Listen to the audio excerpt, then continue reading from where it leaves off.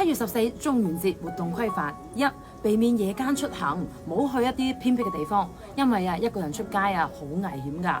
第二，唔好拍人哋嘅膊頭啊，因為嚇親人。第三，唔好喺夜晚晾衫啊，因為晚上空氣濕度大，又經常落雨，唔會晾得乾㗎。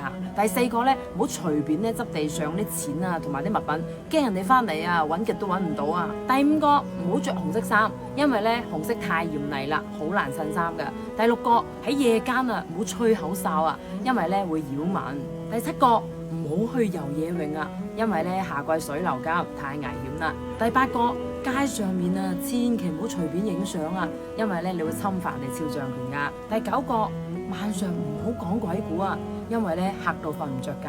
第十個，唔好話結婚同埋搬家，因為夏天太熱啦，容易透支體力。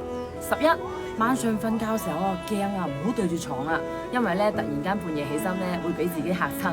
12，晚上翻屋企嘅時候身上容易有灰，記得用雞毛掃或者用舊毛巾咁樣拍一拍佢，可以拍走咗啲灰塵保持家中乾淨有衛生。就係咁多啦，祝大家平安順遂。